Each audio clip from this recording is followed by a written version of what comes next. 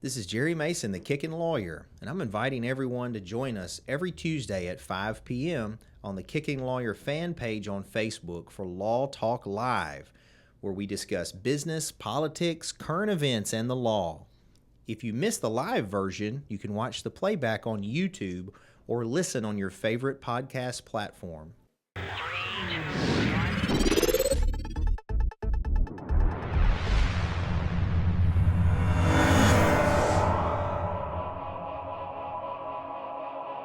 All right, Jerry Mason, Kickin Lawyer. We're here for a little law talk. I appreciate you guys taking time out of your day to watch us. As always, if you haven't, please like, follow, subscribe to the podcast. We're on all the podcast platforms. We're also on all the social media platforms, so TikTok, Instagram, Facebook, all that good stuff. And we're trying to get YouTube up. We've got a really good TikTok following, and then limited YouTube. Check us out on YouTube. If you're going to buy, sell, rent real estate in the area, please check out Michelle Allen. She's also a good community leader, friend of the show. So give her a holler with Cry Like Realtors. If you want to learn to kick people in the throat, visit Mason's High Octane Martial Arts. Been open, working on 35 years now. MasonsMartialArts.com for information on that. Get you and your family started. And then one of my newer businesses is Jam Books and Records, located on the square in Covington. If you're going to buy, we got new books, used records, signed memorabilia, and comic books. So you can check us out here in Covington. And then most recently, my wife has started Holistic Healthcare and Hormones, which is a hormone clinic. I'm going to have her on soon to talk about my own specific test results, which were pretty crazy. But you can visit us at holistichealthcare.com on that. And if you need help with social media marketing, branding, website design, commercials, videos, whatever, visit masonitemarketing.com. Now, joining me today is a longtime friend of mine who's also an attorney, and I always joke with him because he's such a good-looking man. Mr. Paul Prather, how are you? I'm doing well. How are you? Yeah, man, I appreciate you joining us. Yeah, thanks for having me. Now, are you officially on the other side, or are you part-time in that? How are you doing that DA stuff? So I'm a part-time prosecutor in Bartlett. Okay, so that's where I had seen you last. Right. But you're doing that part-time, but are you still practicing? I'm doing civil law. Okay. So I'm conflicted out from being able to do criminal defense. Because of being... Right. But I'm technically under Morley's umbrella. I got you. So so you're not... Oh, okay. So technically, even though that's part-time, you couldn't do anywhere in, I guess, Shelby County. Correct. Criminal defense. Huh. And you like the civil stuff? Not a whole lot. Yeah, I was geared towards criminal defense. Yeah. Coming out, I mean, I was one of only like two people in law school who were like, I know what I want to do. I want to be a criminal defense attorney. Interesting. Yeah. Well, so what about, I'm just curious then, how do you feel now doing prosecutor work? I guess here's my question. I was a cop for 12 years, right? Right. So I had sort of a moral conflict or crucible on trying to decide to do defense law because I never wanted to do it. Did you feel some of that doing prosecutor work? No. So I feel a lot more liked as a prosecutor. I'll tell you that right off the bat. Because, constantly as a criminal defense attorney, people, how can you do that? Yeah. How can you defend someone you know is guilty? Yeah. And, I'd come up with my canned response. I'm like, Abraham Lincoln was a criminal defense attorney. Yeah. The founding fathers bent over backwards to protect our rights. Mm-hmm. But I'd just say, have you ever made a bad decision in your life? Do you want someone to come alongside you and advise you and tell you the best thing to do and try to get you the best outcome for a situation? Or would you just want to go with that by yourself? So I'm that, we're kind of standing between the police state and nothing, right? Yeah. As defense attorneys, I guess I've geared the other way now. But and I mean, I guess I'm geared the opposite from what I was too. But like today, just as an example, let me think, can I talk about this? Okay, well, let's make a hypothetical. So I've had cases before, right? Hypothetical cases where the client is completely innocent, literally wrong place, wrong time, did not do it. And they're literally shocked that they're in the middle of this accusation, that's affecting their whole life. And they are innocent, like just wrong place, wrong time. And if you don't have an advocate it's open to that happens, I think generally, and I tell people this all the time, cops try to do the right thing. I think prosecutors typically try to do the right thing. I've got videos on the three kind of prosecutors that I think exist. And generally, I think that they're the other side of justice. They're trying to do their job, right? And I try to be the third kind. Okay, yeah, so good. So, but anyway, I think it's important to have both sides. Yeah, because humans are always fallible and on both sides. And so I think you got to have fervent advocates on both sides. So, but anyway, so I mean, I appreciate your perspective on it. So the innocent client. Have you read the Lincoln Lawyer novels? Yes, well, I've read 2 or 3 of them. I don't know if I've read all of them. I think it's at the beginning of maybe the first one where he says, like, I've got the scariest thing ever, an innocent client. And that is so true. Yeah. That is the most stress. When you believe a client is actually innocent and you're having to try to figure out how to walk them or do whatever for them, that is the most stress. I agree. I had my biggest health problems during the first big trial I had with what I really believed was an innocent client. And it was one where the public opinion was terrible on this guy. Like, oh, put him under the prison before he even had the case, And even I was even getting hate over defending him because of what the accusation was. And I genuinely believed he was innocent. And then to go and prep and do that trial, man, I was having blood come out of stuff it's not supposed to. Like, I was very stressed over it. And then it's also very eye-opening in that you go, like, visit them in jail, and there's nobody for them. Like, literally everybody's hating this person. And if they actually didn't do it, that's scary. Because then you realize it could be anybody. That's what's scary. Do you think about that stuff in your experience? I mean, I'm sure you do as a criminal defense lawyer when you're deciding what to do as a prosecutor. I think that starting as a criminal defense attorney makes me a little bit more reasonable as a prosecutor. And I always try not to forget I'm dealing with people, real people. And everybody has different background. And I think I just forgot your question. But oh, no, I was just saying your defense lawyer experience, does it impact, and you basically said it does impact how you make decision makings as a prosecutor. Oh, absolutely. And I think I was listening to one of your other podcasts with, was her name Joni? Yeah, Joni's the prosecutor. And you were talking about how you went to the prosecutor college and then criminal defense college. And, you have prosecutors that just have their whole career, they've drank the Kool-Aid, right? Judges, too. I think if you have a judge, I agree with you that if you've got both sides, I think it makes you a better prosecutor. But I also think it makes better judges. Because I'll give you an example. Do you ever practice in Madison County? Very little. Okay. I know. Well, I try to stay out of there. It's hard to, even marijuana cases now where most man. places you can deal with those and not a big deal. They're like, you got to burn up a diversion. Oh, yeah. No, man. Like, I'll give you an example. It's like, there's no gun. In that court, and I think it's the same with their city court, their sessions. I know it's in they have 2 circuits, 2 or 3 circuits. But anyway, in the circuits, if you plead to a DUI, you don't, and I'm not sure how it is with your court. Matter of fact, actually, you got a really good judge over there in Bartlett. I like him a lot. Francovelli. Oh, I told him Francovella. Yeah, I told him I was coming to do your podcast. Okay, yeah. I think he's a good guy. I think he's a great guy. Yeah. He helped me there actually one of the first times I was in that court. But anyway, in Jackson, if you plead to a DUI, you can't get a restricted license approved, like this form signed, until you've done the jail time, paid all the cost and fines. So the problem is these guys they can't work if you don't have the license at all. And so locally, we get it immediately. Like all these judges will sign right when you do the plea. So they got 10 days and I explain all that process to them. But there, they won't get the license. So now you got a guy that's pled to a misdemeanor offense first time, maybe no history, would have been diversion eligible, and then can't work. Can't getting back and forth to work because the court won't give them. And I shouldn't dog on it because I don't know that any of the judges would watch, but there's one judge in particular that had my very first trial in front of years ago, and didn't know he was known as the hanging judge. Because this dude, man, on DUI first offense, I did the trial, lost. It was a terrible case. Instead of doing, and the offer was 48 hours, instead of reset, we thought he'd just reset it for jail time, right? Or whatever his sentence was going to be. He reset it 30 days for sentencing, took him in custody immediately. So the guy's in jail for 30 days, right? We come back 30 days later. The judge says he still wants to take it under advisement, sets it out 30 more days for sentencing. And we're like, what? On a first offense? DUI first offense. No accident? No, nothing. Nobody else involved. It wasn't a good case, but I don't want to go into the facts of it, but it wasn't a good case for trial, but the guy didn't want to take the plea. We went to trial. I had got licensed on a Wednesday and did the trial on a Friday. That's how, literally like that. I don't know that played a part. Probably didn't help, but I don't think that necessarily played a part. But anyway, fast forward 60 days later, we go to finally do the sentencing.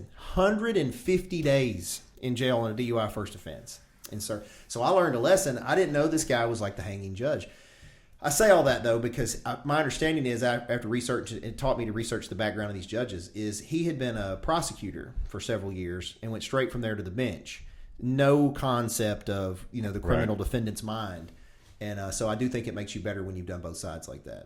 So do you sleep easier doing that side? A little bit. Yeah. Well, I live in the same municipality that I prosecute in, Bartlett. Oh, that's right? good. So you kind of help with the safety. Yeah. Of that. That's cool. That's cool. And I mean, obviously, there's a lot of people that are guilty. So I mean, it is what it is. Yeah. Speaking of DUI, in Mississippi that you can divert a first offense DUI. I didn't know that. Really? Yeah. Well, I kind of under think certain circumstances, but I kind of think it should be that way here. I have a problem with that. I mean, it's probably not going to be a popular position as a prosecutor, but I think the legislature's dropped the ball on DUI. You think they should be I able? think most of the clients that I had, unless they were a seasoned alcoholic or had a real problem, most of the first offense DUI offenders I had never offended again. Yeah, they learned their lesson. And then there are people who are working, and that's part of should why be divertible. The biggest part of my practice is DUIs, and I can do that because everybody. I shouldn't say everyone, but anybody could be a victim of DUI. I mean, sometimes wrongfully so, where they literally didn't drink, but also like teachers, welders, police, even. I mean, everybody potentially can fall victim to that. So it's not like a meth charge. It's kind of a specific person usually you're dealing with. Right. So I can have someone who's slinging drugs to kids or whatnot, and divert that. They get diversion and then end up with a clean record. And I have someone who had a couple drinks at a bar. So speaking of that, we're talking about this law stuff that people probably be lost on. But on simple possession of meth, they have to do 30 days in jail. But you could be convicted of felony possession. I think it's changed recently. Did it change to where now felony meth they have to do jail time? Anyway, it was where felony meth you could just divert it and not do any jail time. So you're going to do more jail time on a misdemeanor when you're a user than if you're actually the person pushing the meth. Well, that's just bonkers. Yeah, well, I think that's again when you have legislators that aren't in practice, or a state like ours which I typically vote Republican, but when you're so party line red, you're not looking at That's why I was shocked by this recent veto that the governor did. Did you see that? No, I didn't. Yeah, so who was it? Mike Donovan reposted it, and I saw it. He vetoed a bill that was going to basically have the first parole board hearing be like a sentencing hearing again. So it would basically lower their chances of parole more, which is unlikely at the first sitting anyway. Right. And he vetoed it. He wouldn't sign it. And he's been for apparently pro-criminal justice reform for a while, which is shocking to be a red governor. But anyway, I thought that was a good thing because here's the deal. If they've done their time, there's a purpose in the parole board, and it's not to sentence them further. It's to see if they've been rehabilitated. Right. Have they been rehabilitated where they potentially go back into society? Because there's always an argument there whether jail is for punishment or rehabilitation. But I like to think that people can learn, and get better. Which is what I'm saying. Most of my DUI clients, they learn their lesson. Sure. And they don't ever do it again. It's an expensive lesson. And with like Uber and Lyft, I have fewer and fewer DUI clients.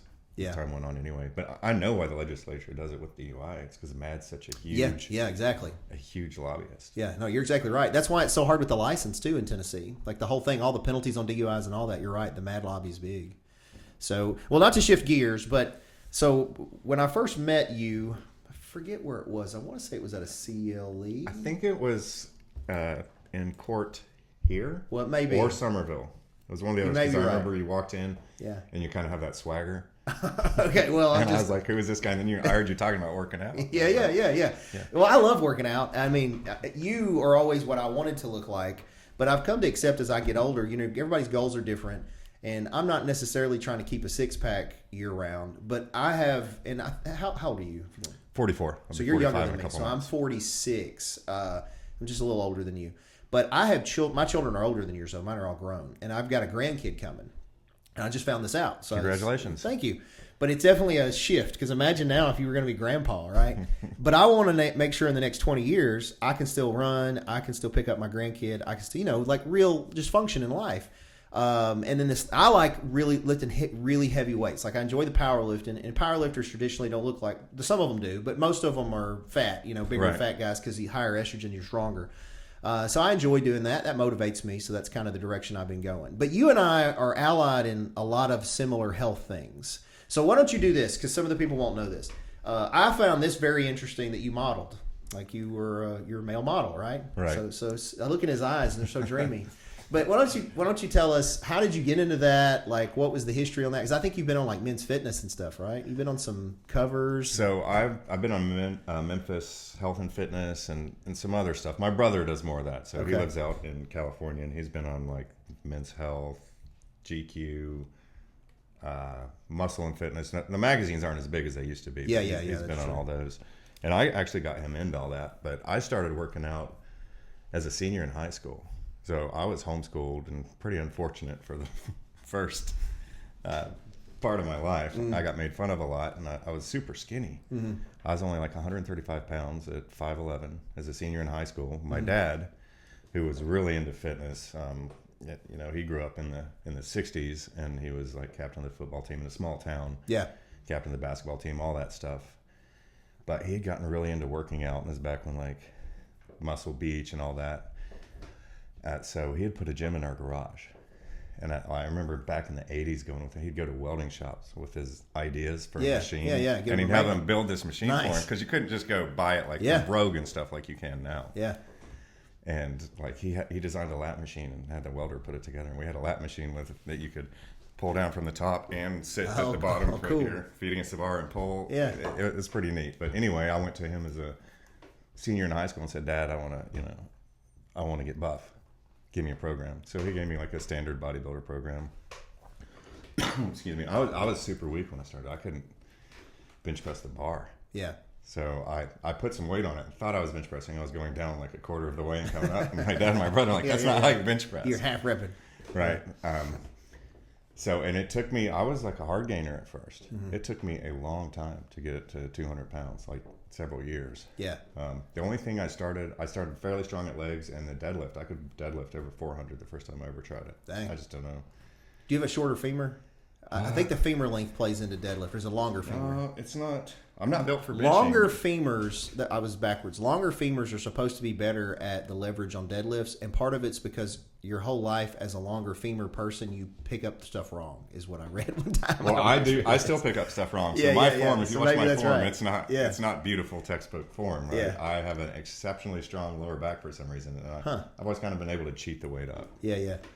Cool. So did you compete at all, bodybuilding or any of that, or So physique, I or? did one powerlifting meet where I went at 198. I went to a powerlifting meet with my brother who was going to compete. I had no intention of competing. I'm wearing khaki shorts and like a polo from Abercrombie or something. Yeah. And I looked around and you were like, I'm pretty could sure I win can this. outlift these guys. Yeah. How old were you then? This was I was probably early 20s. Right. I asked if I could enter. They said, you just got to weigh in. I weighed in, paid the entry fee. I pulled 525 in khaki shorts at 198. They let you compete in khaki shorts? Yeah. Hey, you were allowed to, it was not equipped. I had a belt Yeah. and no straps or anything. Yeah, but now they require a singlet. You have to wear a wrestling You have singlet. to? You have to wear a singlet, yeah. Okay. And they check your singlet. It can't be like a 2-ply or something. Right, because they have the equipped lift where Yeah. that thing adds like 100 pounds. Well, they've even got now thinner ones that will supposedly help. Really? It's kind of like if it's the fabric, then what it's made of is right. Like when I did one a couple of months ago in Missouri, and because nobody competes in our age division, every lift I did was a state or national record. So when you do those, they have to check you after. Yeah. So they had to check my stuff and touch all my stuff. But anyway, I was asking, and they were like, "Yeah, even your singlet has to be single ply." So Really? yeah. Yeah, so my brother was in the 205 class and he pulled 660. Dang, nice. And then they were like, "Hey, we have this thing called a tandem lift, and you guys could." We both had Really? set state records at that point Yeah, with yeah. our lifts, and they're like, "You guys could set the record in that." So they loaded up at all they could get on that bar. It was at Powerhouse Gym in Memphis. Was I think 1,005 pounds, and That's a lot. it's a tandem lift. You both stand there on the bar and you both Pull it pull it. together. He's like, I'm closer to the side, he's closer to the middle. Yeah. He's 18 months younger than me, but he's just freakishly strong. Huh? Is he taller than you? About an inch taller, but he wound up pulling like I don't want to get it wrong. He's either 730 or 750 in competition. Dang, that's nice. And that's natural. He's been natural his whole life. That's I didn't crazy. take quite that route, but he's natural his whole life.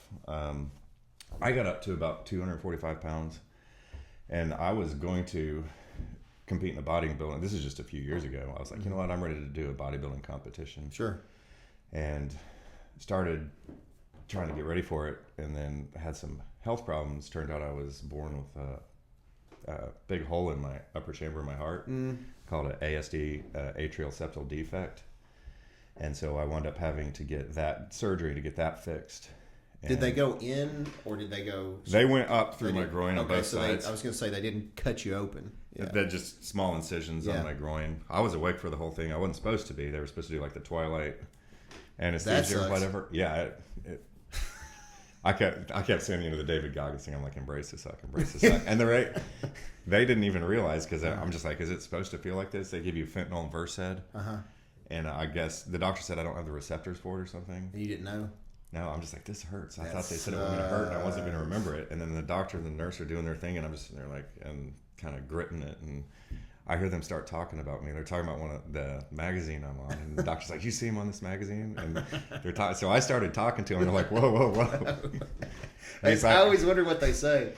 As long as the doctor's not talking about stuff being small, I guess it's all right. Yeah. So he's like, "Well, I can't really give you any more of this because it might kill you. We could go ahead and put you under general anesthesia, but that increases the risk of this procedure, and we're already in it." Could you feel it in there? I felt it going. Whatever they were putting in me, they put what's called an occluder in my heart to seal the hole, and I could feel it going up through the abdomen, and it wasn't super painful as much. It was at the entry site, but as much as it was very uncomfortable. Yeah.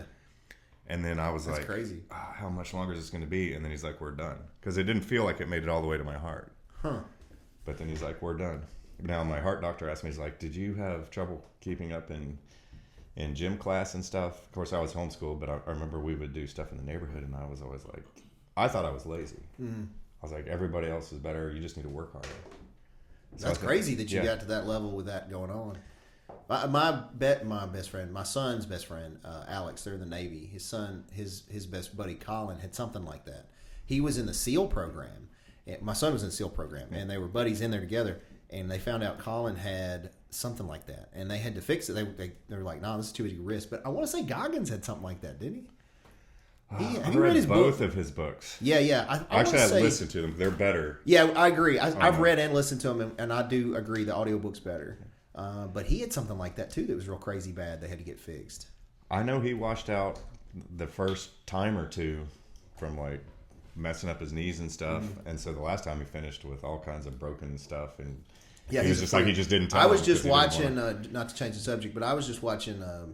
What's his name? Adiyat, the UFC fighter. I can't remember his name.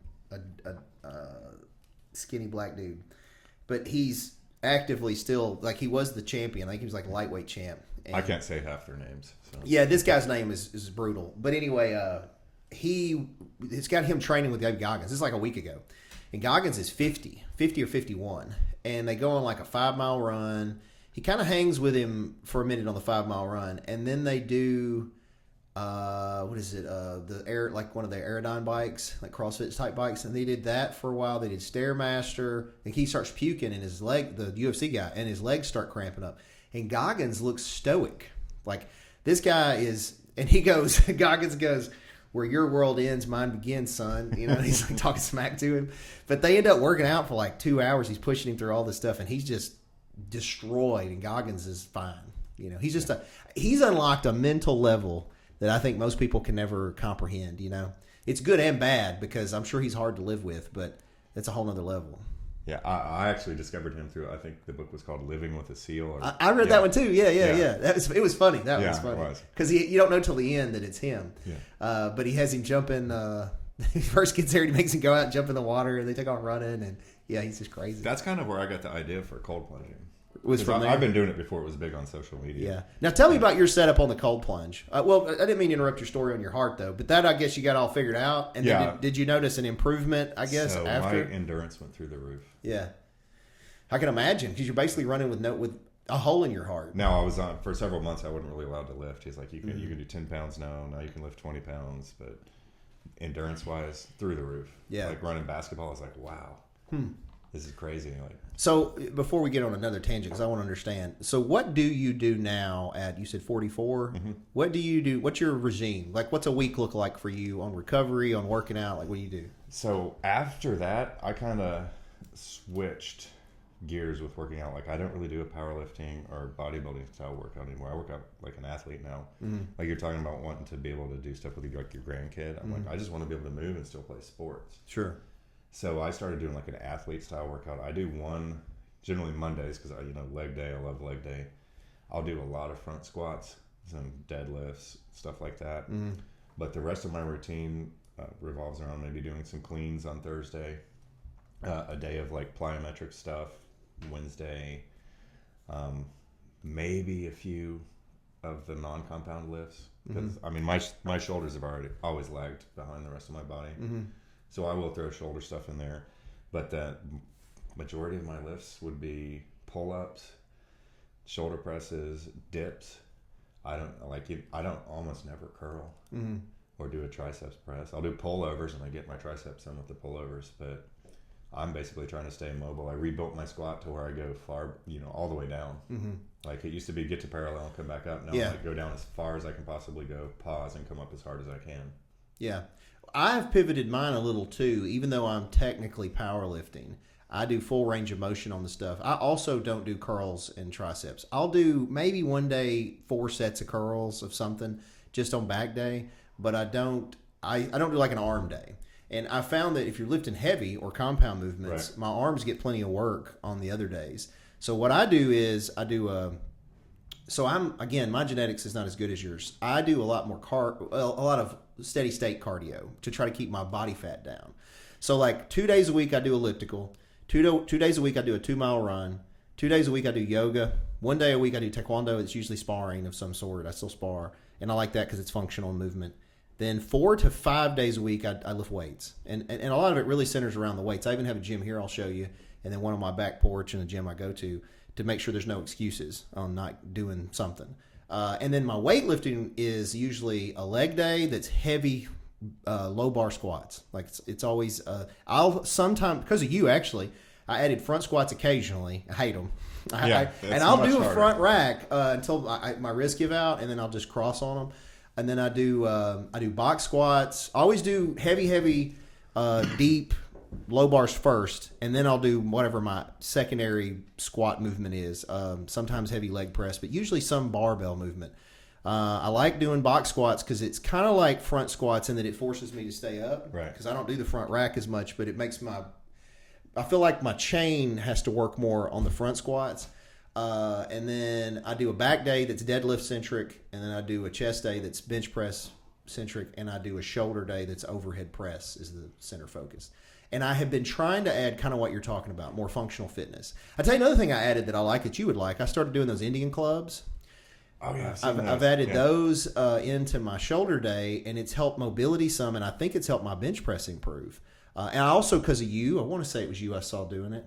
I bought a Nordic squat, Nordic curl. I was going to mention that too. Those things are awesome. Yeah, I got one back here. I think you were doing it on some video you had, and I was like, you know what? And it's hard as hell, man. That's hardest body weight I've ever done. Now that I've seen how hard they are, to me, it's more impressive than a big squat. I'm like, dang, I can't do a full one. Like what I'm doing right now is I'll lean and hold. And I'm just holding for like 15 seconds, and heck, that's painful. It took me months to be able to do one, and I'm still not, it's not a perfect, beautiful rep. Yeah. But I mean, I can do it. Yeah, well, that's impressive. I didn't realize, again, when you see it, it looks like nothing.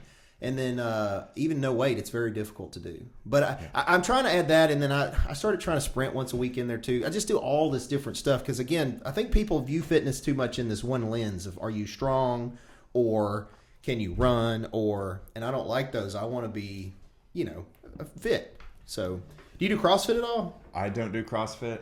I have friends that do. I always looked at it as a little bit like they're almost lifting recklessly. Yeah. I don't disagree. It's also kind of a cult. Yeah, it is cultish. Yeah. They're all about it. They've got to get you away from your family. Yeah. Everybody, when people are doing CrossFit, they're going to tell you about it. Yeah. It has some good ideas, and I like there are very good CrossFit teachers, and they teach you technical lifts like the Olympic lifts, like a snatch and the clean, which again on the clean my form isn't great. I jack the weight up. Yeah, I'm the same way. And in snatches, I don't ever do right. I muscle them the whole time, and my shoulder mobility is kind of limiting, which I probably need to work on. But I mean, the only time I've really gotten injured with weights was trying to do Olympic lifts. But I should say, preface it by saying I didn't have a coach or anything. It was me back when I was doing MMA, adding that explosiveness to the training, and I was just doing what I thought was right. But I did mess my back up pretty bad doing. I will say that is one of the good things about social media and YouTube is you can get on there and find good coaches showing you how to do stuff. Yeah. And like when I was coming up, you couldn't find that. Oh well, so speaking on your weekly deal there, so do you do cardio in there at all? Do you cold plunge? You sauna? Do you do any of that? So I play a lot of basketball still. Mm-hmm. I've been playing a lot of racquetball. But I don't do steady state cardio anymore. Mm-hmm. If I feel like I need some kind of cardio, it's the sled.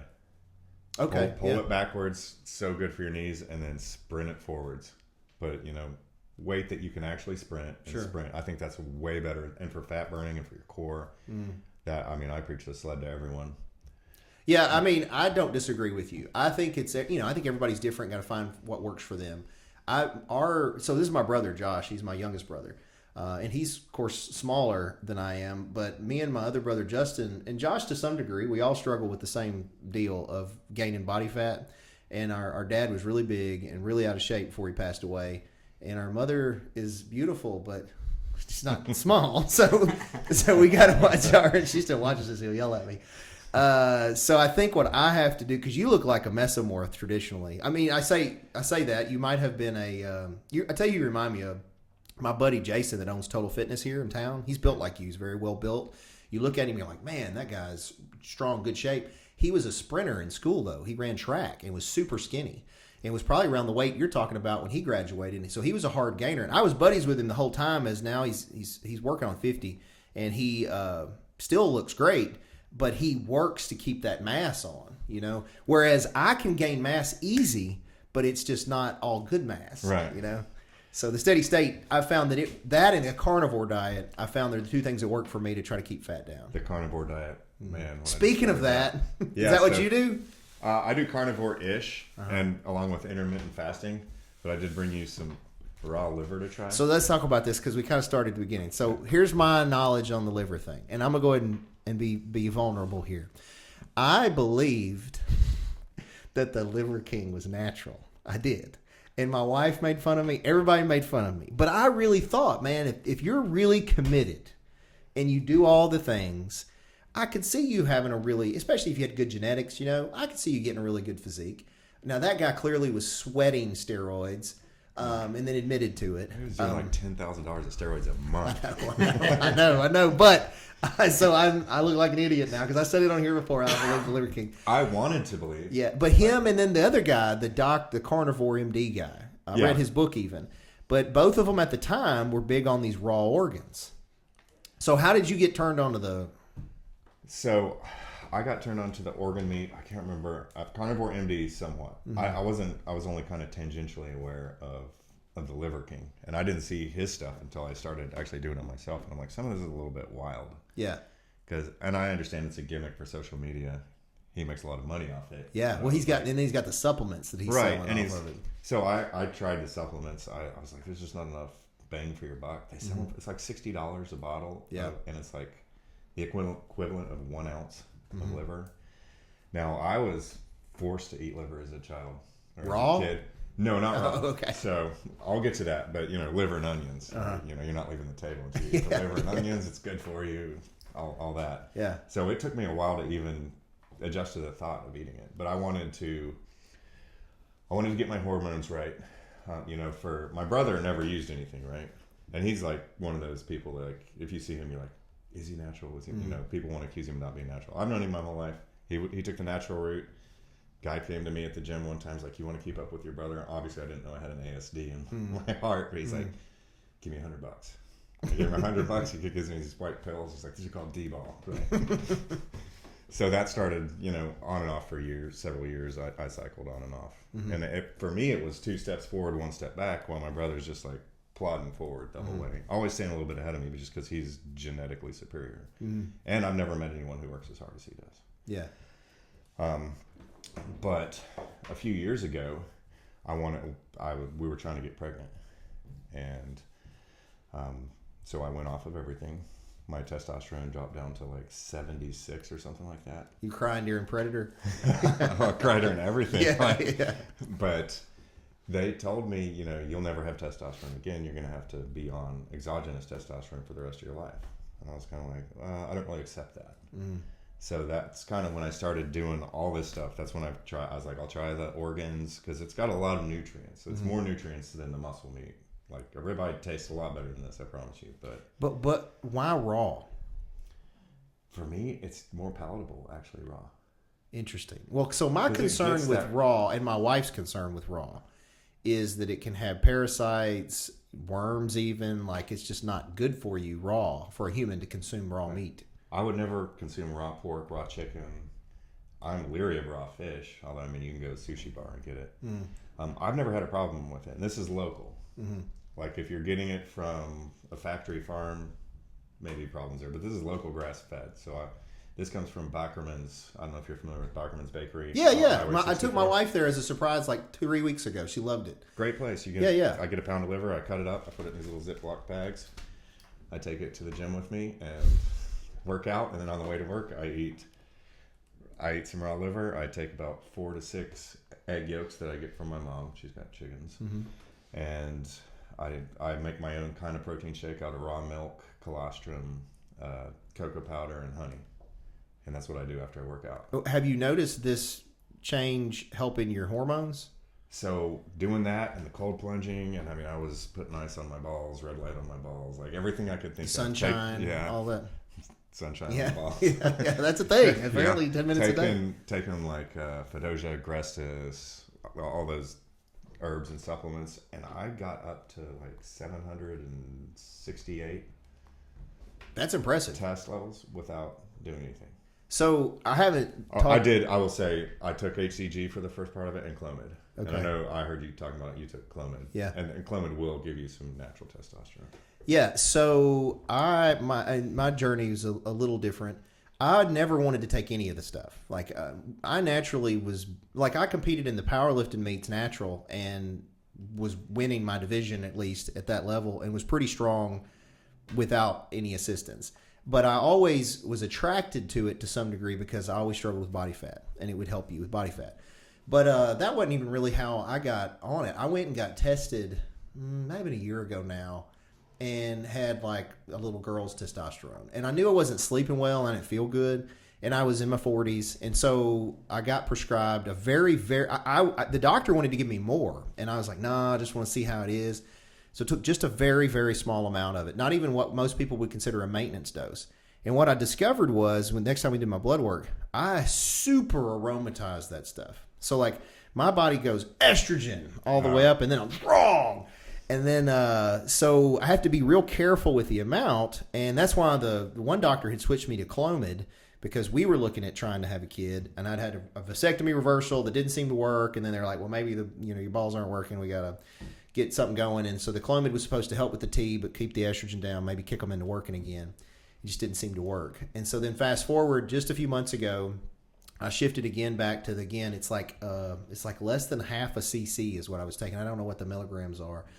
And then I say all that to say this. My wife from the doctor here, it's 200 milligrams. Yeah, so I don't think it's that much in the shot though. I think it should be 1 cc is 100 milligrams, and then you just okay. So I'm doing a half cc. So whatever. So 50 milligrams. How often? Once a week, which I know is not ideal either. Now that I've done research on it. Most doctors don't really have any idea. It really should be more like every 4 days. Yeah, every few days, so you don't have the peaks and valleys. Yeah. But it worked for me as far as I felt better, I slept better, it was fine. And then, but there's the point I was going to get to. My wife, I just was talking about it on here. She started this holistic hormones and healthcare. And her focus was really more to try to help women, but she was looking at hormones in general. And she's had a few people that were initial test cases, and I was one of the first ones to do this Dutch testing. It's testing not covered by insurance that the doctors won't prescribe, partially because one, insurance doesn't pay for it, but two, it shows it's preventative. Like it can show weaknesses in the system. So we just got my results back, and literally yesterday I met with her. And what I found interesting is prior to this test, I'd been to the doctor all the time. I take all the supplements. I do all the things. I thought I was pretty good shape, right? And come to find out, my adrenal glands don't work at all. I have no cortisol, no fire cortisol at all. My gonads don't work at all. My thyroid's all messed up. I knew that. I'm on a thyroid pill. But I've known that for years, but no doctor had ever done this test that shows this like 24-hour window of even like the signaling from the brain to create these different substances. So she and the doctor that she works with, Dr. Laura, met with me and said that it was the most messed up one they'd ever seen, and that what they're doing is tracking, like, DHEA is needed to like produce test and to signal your adrenal gland to work, and that I'm not making any. I also don't have any melatonin, which is part of why I'm not sleeping well. But part of why I'm not sleeping well is because I don't have any melatonin. You know, it's like this cycle. So what they think is the whole system isn't working because of a couple of main things, and they're going to attack them one at a time. The first is sleep health. That's the one area I'm weak in fitness. I don't sleep well. I'm super stressed all the time, super high stress. So they've got me on this protocol to try to improve my sleep by taking this magnesium supplement and melatonin at night, go to bed at the same time, get up at the same time, and try to focus on it like a workout, like the sleep is necessary. Because then hopefully I can start producing DHEA. They're also debating having me supplement DHEA. The other problem they saw is my estrogen levels is crazy high, and my test level's not matching it. It's actually lower. That's why I'm so strong, though, right now. So then my head is like, but I like being strong. Right. But my point is, like, people, I think, take for granted how all the system works together. And so I found it very interesting that this Dutch testing that most people don't ever do, I would have never done it. I've been to the doctor all the time, and they did identify these issues. But I find it interesting that you sort of identified that and then did your own research, and sounds like you've had pretty good success in remedying the low test issue, which is impressive. And you think that the liver was part of that? After that, though, I went back on testosterone replacement to not get pregnant again. Oh, okay.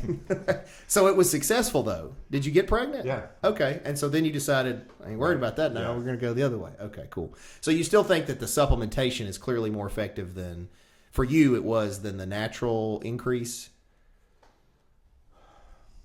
You're never going to be naturally what you could be without some assistance. If you're taking steroids. It's just a fact. Yeah. That look, like the dry popping shoulders look and like veins, that's not as achievable.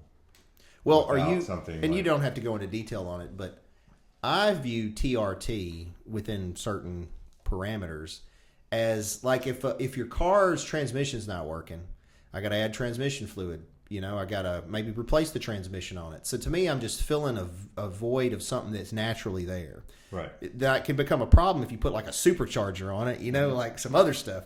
So I don't do any of the superchargers. Like literally right now, I take a thyroid pill, which that's all fixing to adjust from them. I take a bunch of supplements that you buy over the counter. I take that just changed my half cc to less because they're wanting to try to drop my estrogen level, and that's pretty much what I take. So if I had to do it over again, I never would have messed with any of the stuff. Because what age were you when you started it? I was in my mid-20s. Oh yeah, you were too young. Yeah, I was too young. Yeah. I tell my kids that all the time. All my kids are in their 20s, and they're wanting to be all yoked up, and I'm like, you've got so much natural testosterone. Natural testosterone. You don't need anything extra. And the stuff we know now that we didn't know even 20 years ago can make a huge difference. And creatine's like the most effective supplement. Sure, and it's nootropic. Have you seen the new studies on the nootropic effects? All kinds of stuff. I keep the gummies in my office. And so during the day, I probably take 20 milligrams a day of creatine. Really? Mm-hmm. I keep the little gummies. They're 5 milligram gummies. I have one in the morning. It's a powder in my pre-workout that I drink as my coffee. And then about mid-afternoon, I'll eat a gummy. Before the end of the day, I eat another gummy. And then sometimes at night, before I do weights, I usually put glutamine and maybe some creatine in my pre-workout. So if you can get up to eating 2 pounds of beef a day, you're getting 5 milligrams of creatine right there. I'm probably eating around. I eat a bunch of eggs too, like you. I got Molly, our receptionist, has chickens, and she brings me the eggs because I like them better. They're so much better. Yeah, they even look better, look healthier for you. I have not done this though. You've just got to try it. You don't have to eat all of this. So I'm not going to eat all of it, but I'll eat. I tell you what, you give me a piece off of it, I'll let you touch it. I'm going to trust your beautiful hands there. And pick the one you want. Okay. Or is it already cut up? Yeah, I cut it up. So Josh, you want some liver? No, I'm good. Y'all go right ahead. All right. So what I do is I take a pound of liver and I cut it up, and stick it in the freezer. All right. Here you go, Paul. To fitness, right? To fitness.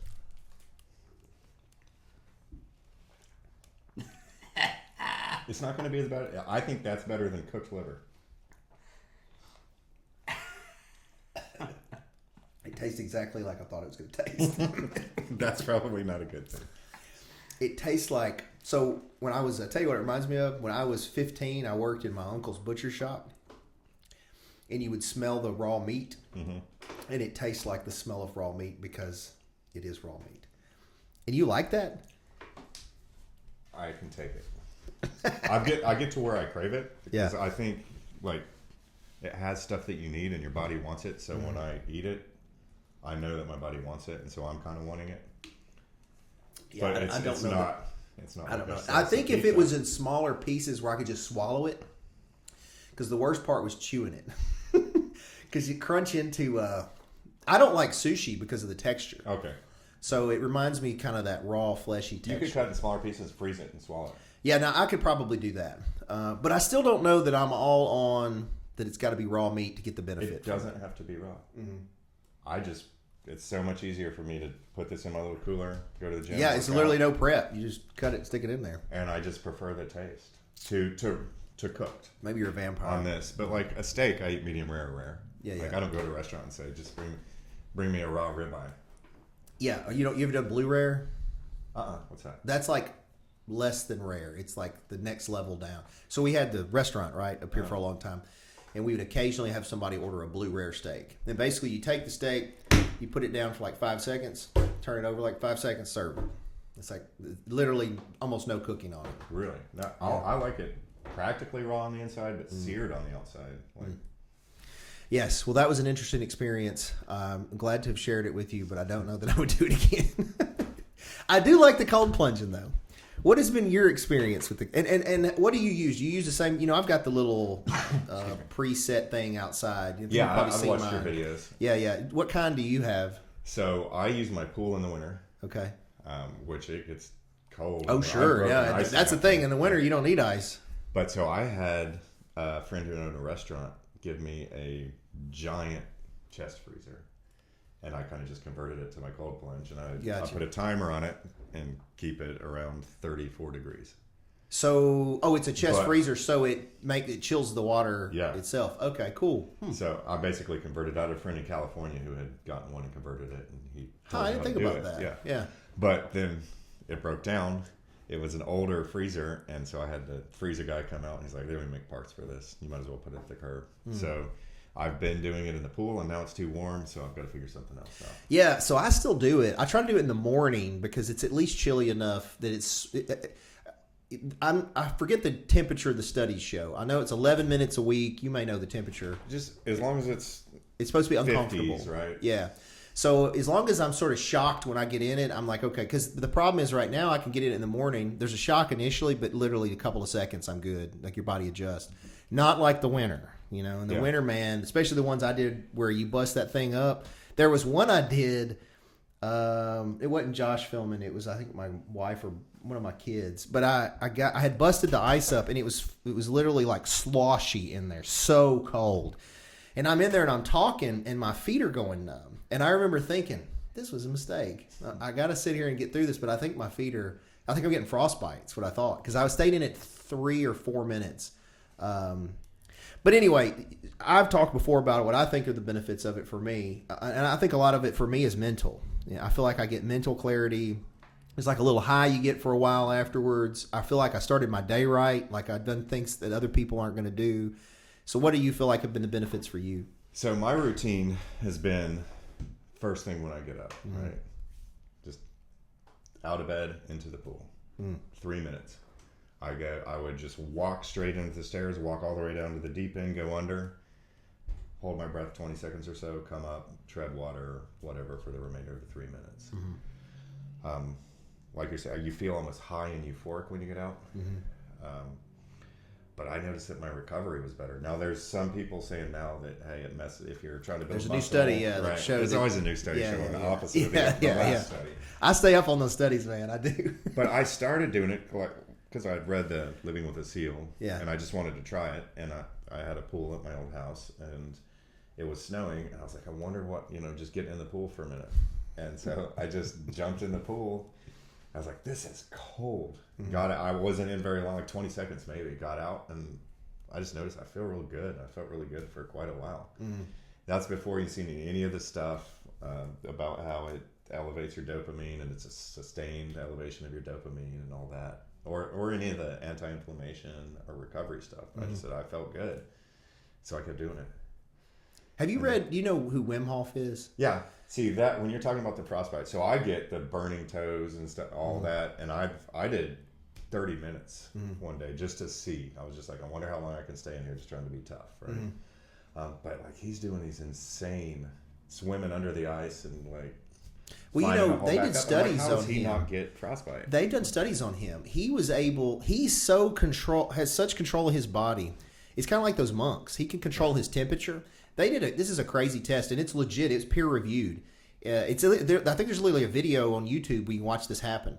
He was in the hospital, and they administered a poison to him. Gave him a poison, and he was able to control with his breathing and regulate his body's reaction to where he didn't react to the poison. He was able to make his body metabolize it and not be affected by the poison. That's crazy. But I read his book, and it's a little. He's very new agey and very. You got to be open to, but you can't deny the results. Of what this guy's done and the things he does. So, but he's all about it. The effect, the positive effect. He got into it because he was so depressed. I've heard other people say they benefited from depression, but he lost his wife, Right. and was just ready to be not here, and just the cold took it away. And so that was I think it was almost religious for him. I don't look at it that way. I'm looking at it because the study says 11 minutes a week, 58 minutes sauna. So I bought a sauna. I have a one-person sauna. I got a great deal on it on Black Friday that I use 3 days a week, and it's great. The one I have is awesome. Like, it gets plenty hot enough. I had one of those canvas ones for a while, but it just never got hot enough. But the sauna that I have is great. We have it in our guest room. 3 nights a week I go in there naked and get in there with a towel on my head. And I probably need the sauna more than the cold because Yeah. I hate the sauna. Yeah. And I'm like, I can go out and like the cold. I'm like, hey, I start to enjoy it, like some kind of sick enjoyment at some point. But the sauna, every second I'm in a sauna is pure torture. Yeah, I've gotten to where I enjoy it more. But I will say you and I are probably similar, and you're talking about how I was just going to see if I could be tough, and it sucks. I had went through a phase when my thyroid was real messed up where I was getting like claustrophobic. So I used the sauna because it's a box that I'm in. I started turning the lights off in it where I'm in the dark and the heat in there on purpose. And then I put a towel on my head and it's miserable. And I'm like, I'm going to breathe through it. I can handle this. I can control it. And now I'll still be in the dark, but I'll like watch a video or something while I'm in there. But this one that I got was only like $600. I got a good deal on it. Yeah, that's good. Yeah, it was normally like $1,500. I got a Black Friday sale. It was like $600. I thought it was a scam, but it arrived and it's great. Have you done the float tank? I have not, but it's funny you say that. So this holistic healthcare and hormones, their goal is to have, because they're trying to optimize all this stuff we're talking about they're wanting to do. They're going to red light therapy beds, saunas, cold plunges. We're supposed to be going to Nashville next month for a float tank experience because they're wanting to buy one of those too for the clinic. Have you done one? I have. Did you enjoy it? Yes and no.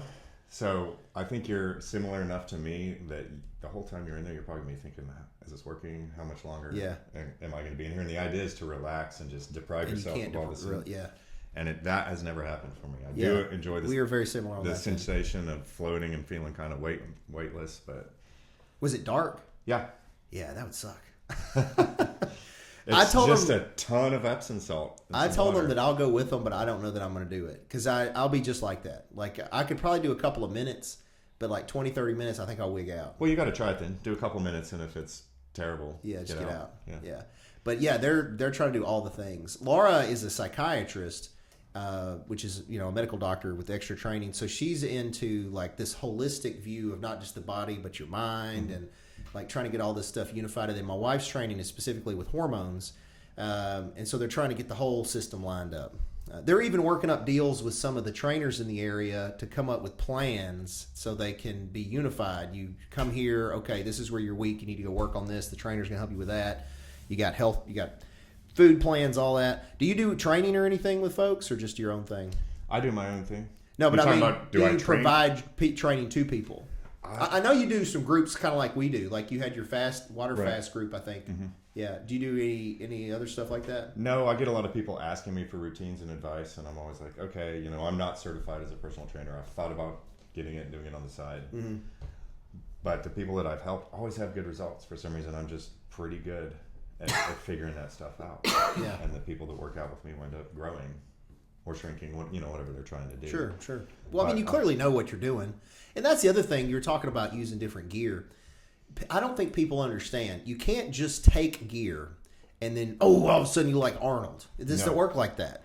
You have to have good work ethic. There's a guy years ago when I first started powerlifting, was in the gym, that took all the gear. Like, you talking about Liver King $10,000. This guy had money and he was taking all the gear. Like, he didn't even know what it was and he was taking it.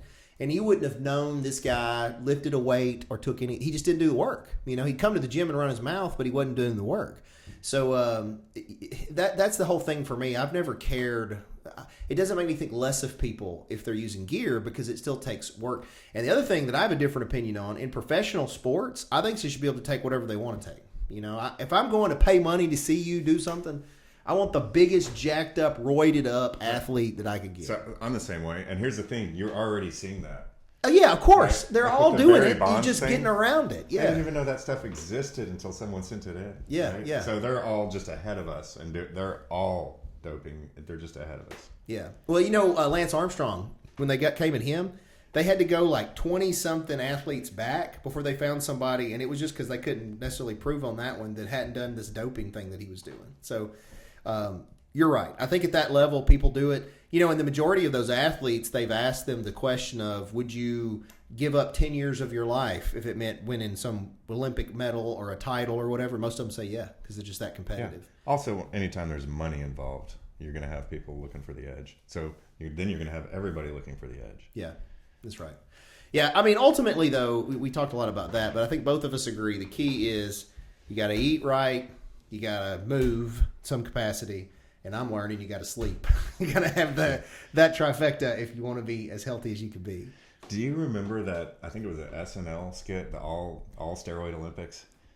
No, I'm sure I've seen it though. I think it was probably like in the early '90s. Yeah. And they're like, it's the all steroid Olympics, and they lift, and like their arm comes off. And it's funny you say that. There was a company. They're on Joe Rogan talking about it. Yeah, I saw that too. Where they were going to do that, like in Europe or something. They were doing the untested Olympics or something like that, where people could do whatever they wanted to do.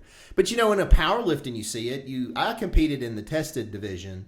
This last time I did untested, but it was just because there were more competitors in the untested. And there is, bodybuilding, I would say there's a clear difference. And in some of the strength sports, you can see a difference. But I think that, again, it just heightens whatever your natural tendency is. It's like people talk about how people on steroids get roid rage and stuff. I think if you're an a-hole naturally, you're just going to be a super a-hole. Absolutely. You're a nice guy. You're just still going to be a nice guy that's just jacked. So. And like Lance Armstrong, like you don't look at him and think juicer. No. And of course, it's for his sport specific. Right. It's not benefit to be a big dude. Have you seen the one with John Cena as the bicyclist? There was a sketch where he was like the bicycle guy from Germany or something like that. It's all big. It's funny. Now, I think he says he's natural, right? Mm-hmm. Not at all. Speaking of that, on these celebrities, real quick, because by the way, Josh said you had to go at some point. I'm still good. Okay, I don't want to run you too far over here, but you and I we would be able to talk for hours, I think. But what do you think about Michael Hearn? Michael Trent? Yeah.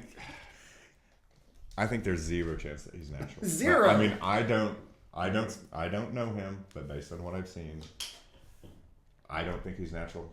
Maybe he is. I hope he is. He's 56, and he can still incline press 405, squats like 600 pounds, looks like he's 30. I don't know. I met him at the Arnold this year. I went and he thought he and I had met before, and I've never met him. I think he thought I was somebody else.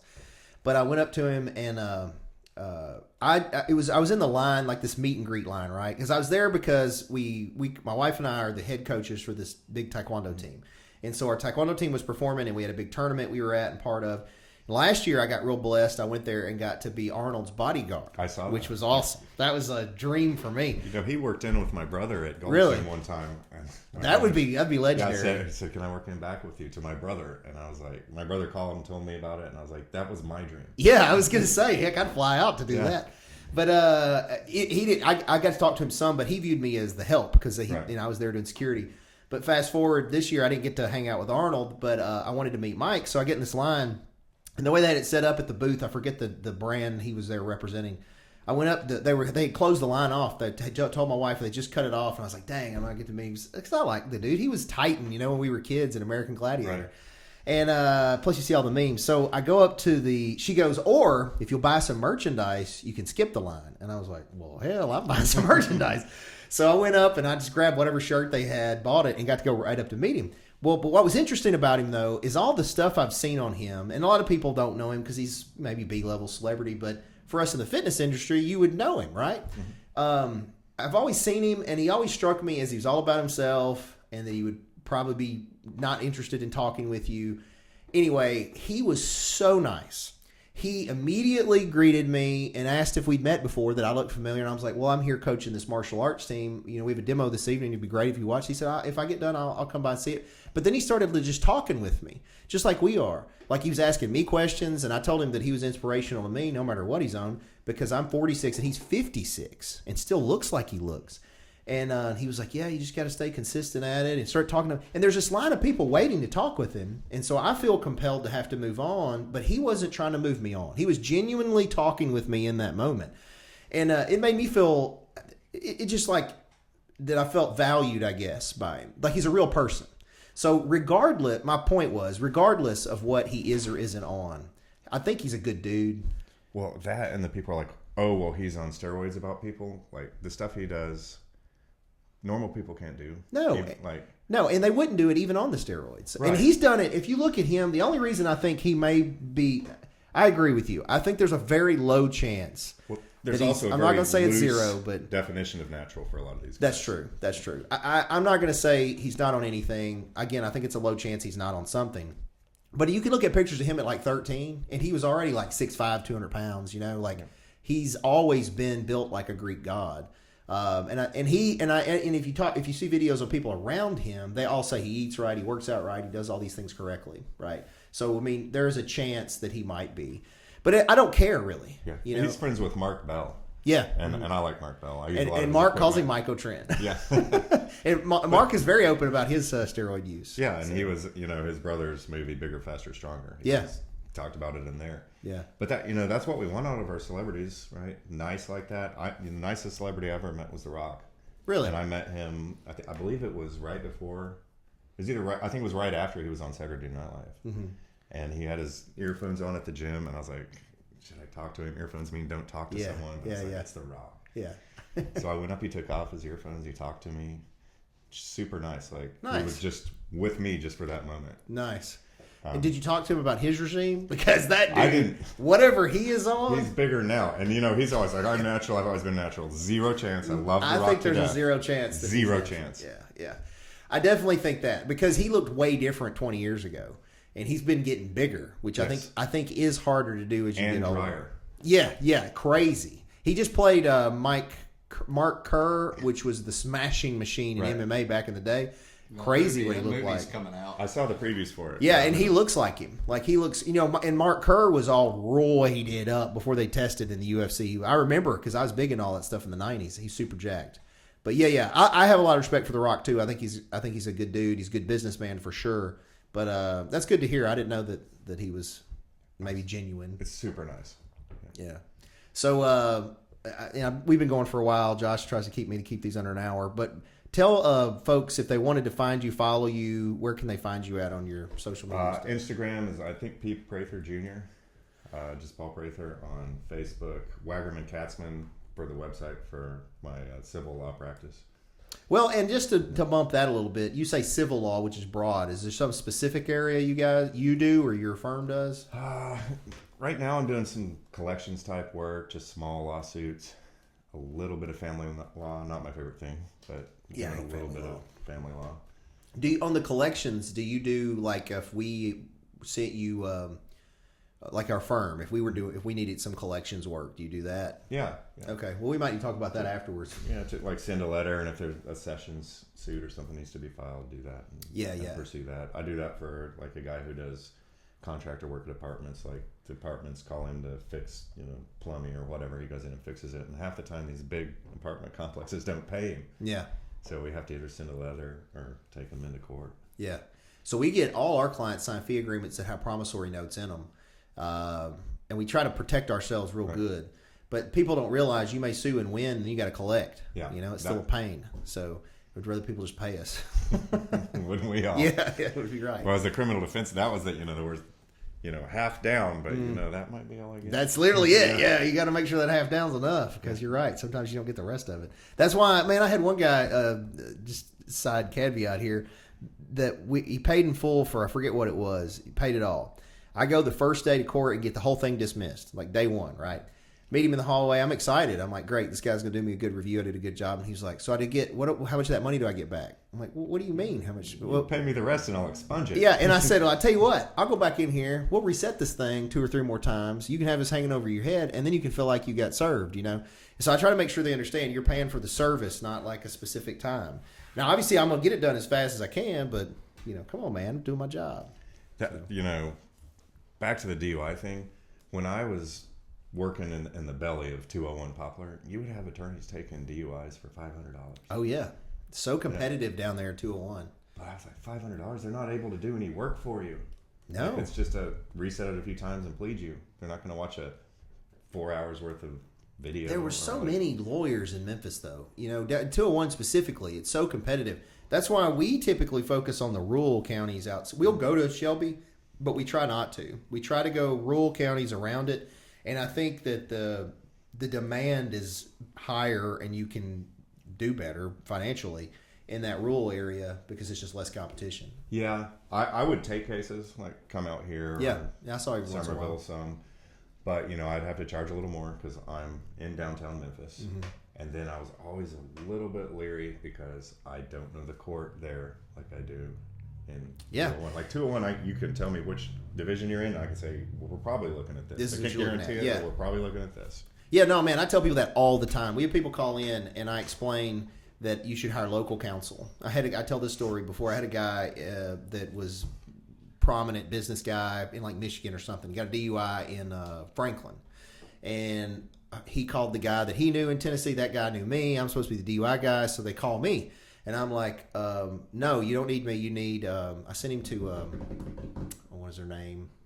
She's got her TikTok. She'll be upset I couldn't reference her. But anyway, this lawyer I know around there, so I sent him to. So, and then I said, first, if I do it, I'm going to have to quote you a huge fee because I live here and I'm going to drive basically to Nashville. I said, second of all, it's a detriment because I don't know the court. I don't know where the paper is. I don't know. I don't know the DA. I don't know what they do. I know DUIs, but that doesn't mean I'm the guy to go to that court. And so I quoted him a fee anyway, really a go-away fee. And then like 2 days later, I noticed he'd paid the fee. And so then I was like, great. So I called. Anything worse than the go-away fee. Yeah, and they paid here it. it is. Exactly. So I call him and I go, man, look, I appreciate it, but why? I told you not to hire me. I literally said, he said, I've never had a lawyer not take my money. And he's like, that's the lawyer for me. And then it was a terrible case. I get there, the video's bad, the blood's bad. It was all terrible. And I had to drive over there like 3 times. It was bad.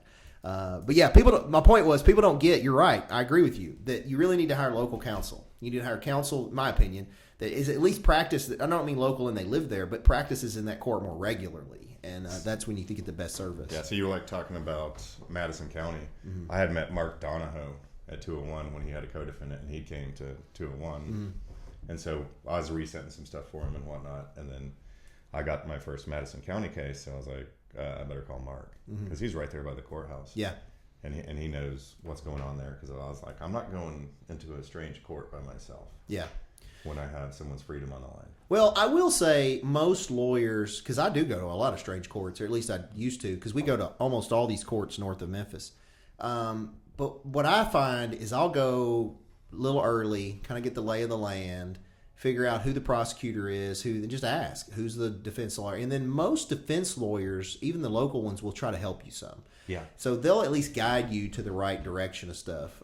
That's kind of how I was feeling my way out there in Bartlett. Yeah. See, I don't want my client to see me, looking like I don't know what I'm doing, walking in the wrong place or addressing the court at the wrong time. Mm-hmm. It's just not a good look. I agree. And like the first time I came out here in circuit court, and they're like, "Well, here's your trial date." And you were like, I've practiced at 201. Yeah, you don't get a trial date for a while. 2 years later, I guess we got to set this for trial. Yeah. No, man, and they're hard on them, too. Especially if you go to Fayette Circuit Court with... I ran into that with McGraw. He is not. I feel so bad on the status day for usually the Memphis lawyers, because status day, he just wants to know, are you going to trial or pleading? That's all he wants to know. And these Memphis lawyers would come in and they'd be like, well, Your Honor, we don't have all the discovery. We don't, we want to file this motion. He's like, plea or trial. Like, that's what he says to him. And I know that guy don't care. Like, and these poor lawyers are like, but Your Honor, because they're used to in Memphis where you don't even get a trial date. Yeah, nah. He dressed me down in court one time. Really? Yeah. Then my client left, was outside, and he called me up. He's like, I just had to do that in front of everyone. What is it you really want?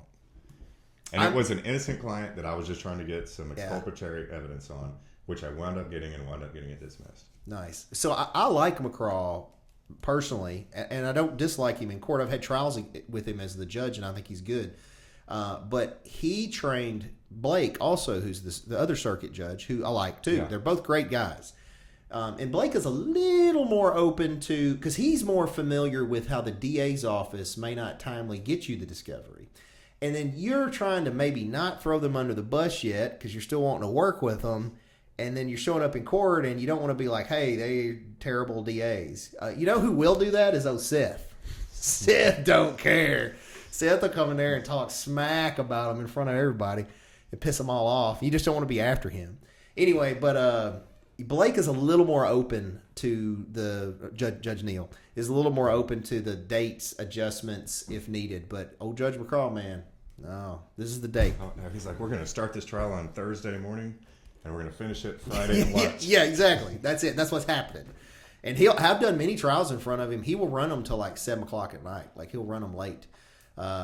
Anyway, I wouldn't want to be a judge. Is that something you're ever interested in? Not really. Yeah, I think it would be terrible having to sit there through those cases for that. I mean, it's one thing when I'm the lawyer on it, but when you do that day in and day out, and really once a trial goes, a lot of times they're just sitting there. It's us lawyers arguing back and forth. They're just kind of hanging out. I wouldn't like it. I wouldn't want to do it. Maybe a session spot. Now that's a cushy job. Yeah, that might, because it's not a court of record. Yeah, no written opinions. Yeah. It's just probable cause found. Go on to circuit court. Yeah, I mean, and even then though, with having to set bonds and stuff could be an issue. But I think if I did do one, that would be the one I'd be interested in. But not for 20 years or so. I'm fine where I'm at right now. Or municipal judge, right? Yeah, that'd probably be the best gig. Right. Yeah. Cool. Well, Paul, thanks for being here with us, man. I really enjoyed talking with you. We'll have to have you back. I got to work out with you sometime. Yeah. I want to do your functional stuff. Now, I'm not going to have your aerobic endurance, but I'll show up. Hey, I'm the king of 3 to 5, to tell the truth. So I do. I'm just like, as much as you can, explosive. Unless it's shoulders, it doesn't need to be 100 reps. Yeah, gotcha. Cool. Well, thanks for making the trip up here. Yeah, thanks for having me. Good luck. We'll like I said, I'd like to have you on again to talk some more about you. And I appreciate you guys watching too. Like you got there, make sure you follow all our stuff, subscribe to our content. And if you haven't already, make sure you check out Michelle Allen. Again, if you're on buy, sell, rent, real estate in the area, she'd be glad to help you all throughout here. Wherever you are, she'll help you out.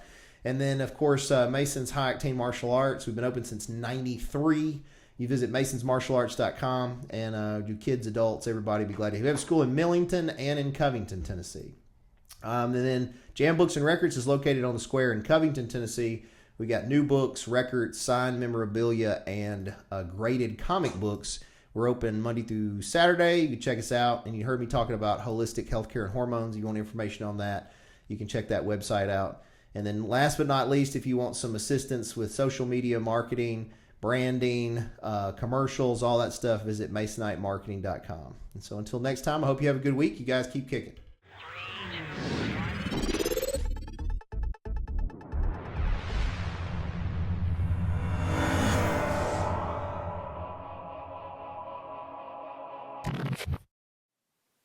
Thanks for watching, guys. Just remember that this is not legal advice or investment advice or business advice. This is for fun and entertainment purposes only.